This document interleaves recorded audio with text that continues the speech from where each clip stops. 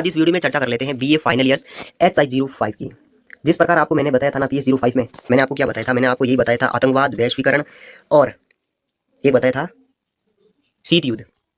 तीनों में से 3 प्रश्न आपको देखने को मिले हैं। भारत की विदेश नीति का प्रश्न आपको मैंने टेलीग्राम पर भेजा था, वो प्रश्न भी आया। उसी प्रकार आपको मैंने कहा था सभ्यताओं के टकराव से जुड़ा हुआ प्रश्न आएगा, तो आया था। और उसी प्रकार आपको अरब इजराइल या ईरान इराक युद्ध में से एक प्रश्न आएगा, तो आपको पूछा गया है। उसी प्रकार आज चर्चा कर लेते हैं कौन कौन से क्वेश्चन पूछे जाएंगे।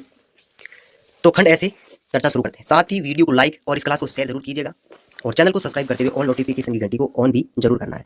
फर्स्ट क्वेश्चन की चर्चा कर लेते हैं कि इन 4 समाचार पत्रों के नाम लिखिए। वैसे आपको 2 ही पूछेगा, जिसमें आपको याद रखनी है बंगाल गजट और the Bengal gazette, new India और बहिष्कृत। दूसरा प्रश्न जो मैंने लिया है वो लिया है मैंने, भारत में कश्मीर के विलय के समय वहां के महाराजा कौन थे। प्रश्न ऐसा भी आ सकता है कि कश्मीर रियासत के अंतिम राजा कौन थे, तो हरी सिंह। बारिश का मौसम है और चारों तरफ हरियाली है, उस बात को मद्देनजर रखते हुए आपको ध्यान रखना है, कश्मीर के महाराजा हरी सिंह थे। चर्चा कर लेते हैं नेक्स्ट क्वेश्चन की। भारत को किस अधिनियम के द्वारा आज़ादी मिली है? हम सभी को पता है कि हमारा देश 15 अगस्त को 1947 को आज़ाद हुआ था। तो उस समय जो भारत को आज़ादी मिली है वो 1947 अधिनियम द्वारा मिली थी। चर्चा कर लेते हैं नेक्स्ट क्वेश्चन की। ये भी एग्जाम की दृष्टि से इंपॉर्टेंट क्वेश्चन है। स्वतंत्रता के समय भारत में कितनी देशी रियासतें थी? तो भारत में कुल 565 रियासतें थी, ध्यान में रखना है। साथ ही दोस्तों आपको इतना जरूर कहूंगा, इस क्लास को शेयर जरूर कर दीजिएगा। ऐसी व्यवस्थित वीडियो आपको यूट्यूब पर कहीं देखने को नहीं मिलेगी और ऐसे सटीक क्वेश्चन आपको मैं बताने जा रहा हूं, आप सभी को वैसे पता ही है। राष्ट्रीय एकीकरण में पटेल के योगदान को संक्षिप्त लेख लिखना है आपको। 2 नंबर का प्रश्न आपको देखने को मिल सकता है। तो आपको विस्तृत जानकारी बता देता हूं कि भारतीय राज्यों के विलय में प्रमुख भूमिका निभाने वाले नेताओं में इनका स्थान अग्रणी है, महत्वपूर्ण है। पटेल भारत के प्रथम उप प्रधानमंत्री, प्रश्न कैसा भी बन सकता है भाई, ध्यान से सुनना है, थे। इन्होंने आधुनिक भारत का लोहा पुरुष भी कहा जाता है। किनको? पटेल जी को, सरदार वल्लभ भाई पटेल। अब देखो पटेल के बारे में और जान लेते हैं। पटेल को 565 देशी रियासतों को भारतीय संघ में विलय की सबसे बड़ी चुनौती का क्या करना पड़ा? सामना करना पड़ा। भारत के एकीकरण में दिए गए इसी योगदान के कारण पटेल को लोहा पुरुष या बिस्मार्क कहा जाता है। प्रश्न ऐसा भी आ सकता है कि भैया सरदार वल्लभ भाई पटेल को लोहा पुरुष या भारत का बिस्मार्क क्यों कहा जाता है या किसे कहा जाता है? कर लेते चर्चा नेक्स्ट क्वेश्चन की। ये भी एग्जाम की दृष्टि से इंपॉर्टेंट क्वेश्चन है। प्रश्न क्या है? राष्ट्रीय एकता दिवस कब मनाया जाता है? तो 31 अक्टूबर को राष्ट्रीय एकता दिवस मनाया जाता है और प्रथम बार 2014 में इसकी शुरुआत हुई। जान लेते पटेल द्वारा राष्ट्रीय एकीकरण में दिए गए योगदान के कारण उनके जन्म दिवस को राष्ट्रीय एकता दिवस के रूप में मनाया जाता है। राष्ट्रीय एकता दिवस, इसकी शुरुआत हुई थी 2014 में। चर्चा कर लेते हैं नेक्स्ट क्वेश्चन की। दिल्ली इमरजेंसी कमेटी की स्थापना पढ़ो तो अच्छी बात है, याद भी बहुत आसानी से होगा। सितंबर 1947, जिस समय हमारा देश आजाद हुआ था, अगस्त में तो आजाद हुआ था और सितंबर में जो है क्या हुआ था? दिल्ली इमरजेंसी कमेटी की स्थापना हुई थी। अगला प्रश्न सभी को पता ही है और ये प्रश्न भी आप सभी को पता ही है। भारतीय संविधान के निर्माता के रूप में किसे जाना जाता है? जान लेते हैं, डॉक्टर भीमराव अंबेडकर, जो कि प्रारूप समिति के अध्यक्ष हैं।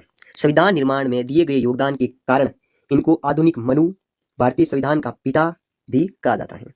भारतीय संविधान का अधिकांश जो भाग है वो भारत शासन अधिनियम 1935 से लिया गया है। ये प्रश्न भी बन सकता है, भारतीय संविधान का अधिकांश भाग किस शासन अधिनियम से लिया गया? ये प्रश्न पूछा भी गया है। तो भारत शासन अधिनियम 1935। संविधान सभा का गठन किस वर्ष किया गया? ये भी एग्जाम की दृष्टि से इंपॉर्टेंट क्वेश्चन है।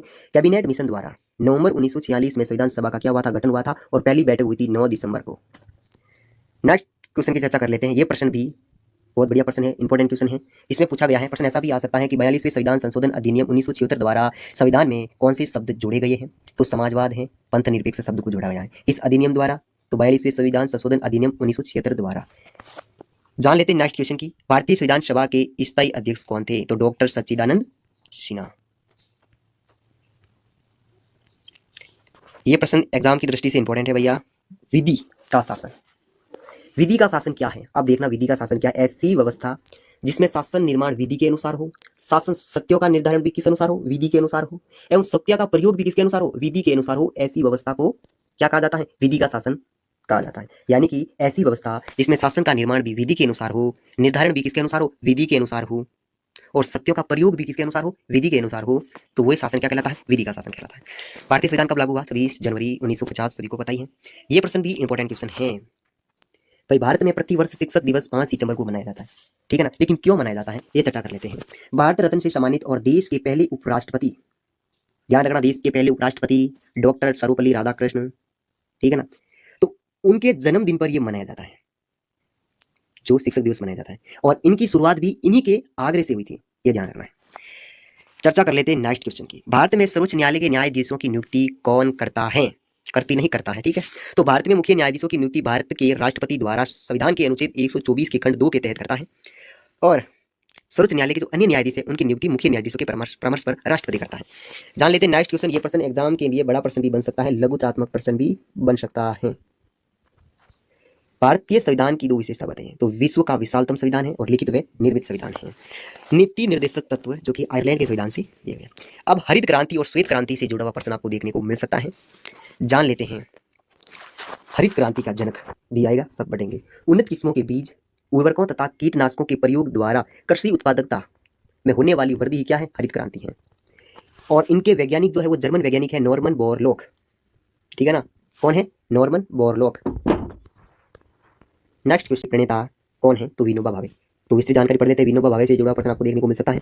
भूदान आंदोलन के प्रणेता और महात्मा गांधी के अनुयायी विनोबा भावे का जन्म महाराष्ट्र के कोलकाता जिले में 11 सितंबर 1895 में हुआ था।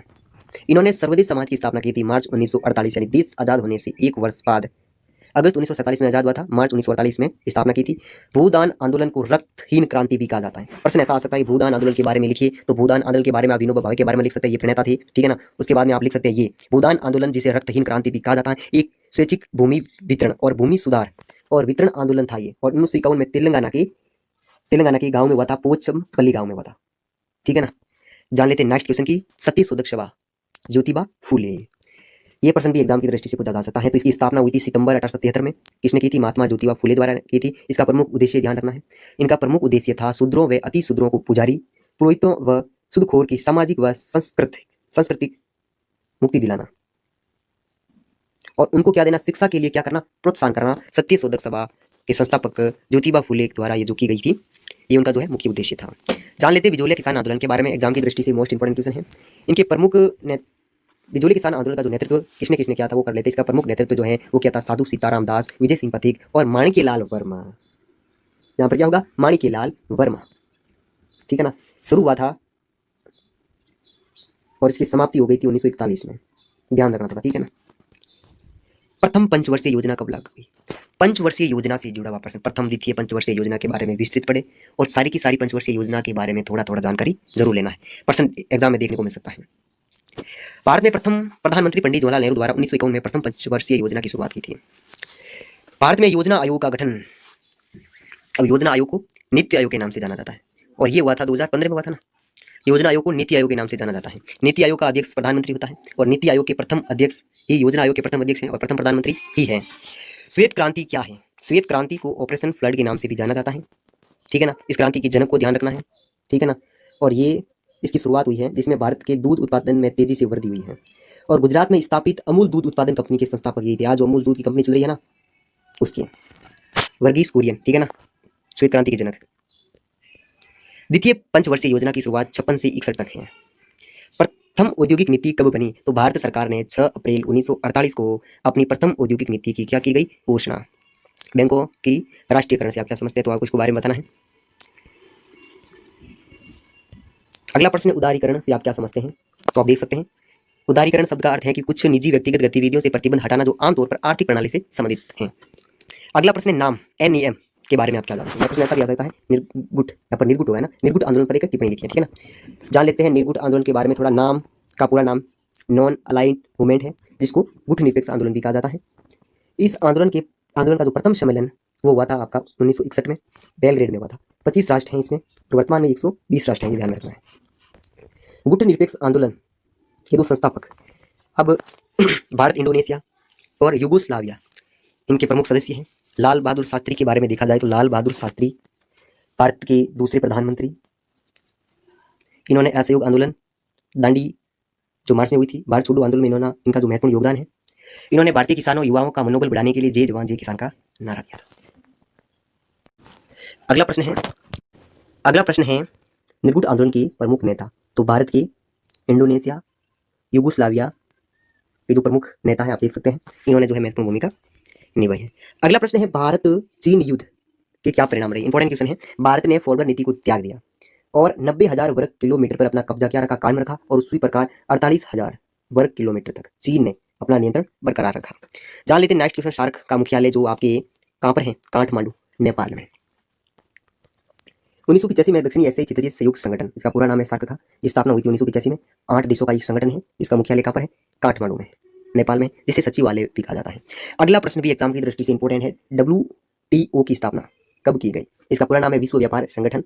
इसकी स्थापना हुई है 1 जनवरी 1995 में। इसका मुख्यालय है स्विट्जरलैंड में, जेनेवा।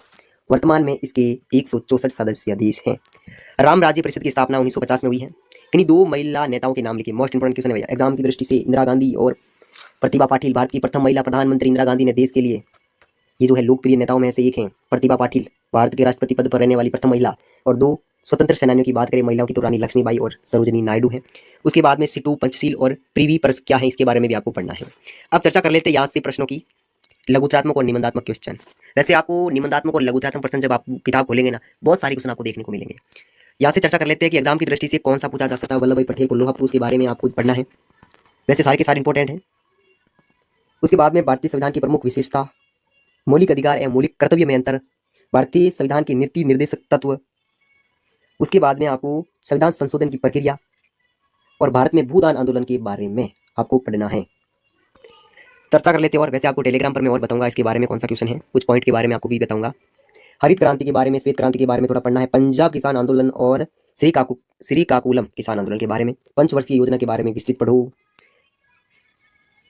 वैश्वीकरण का प्रश्न PS05 में आ चुका है, तो इस बार आने की थोड़ी संभावना कम है। आई तो भी कोई चिंता नहीं, हमारा पढ़ा हुआ है और किया हुआ है।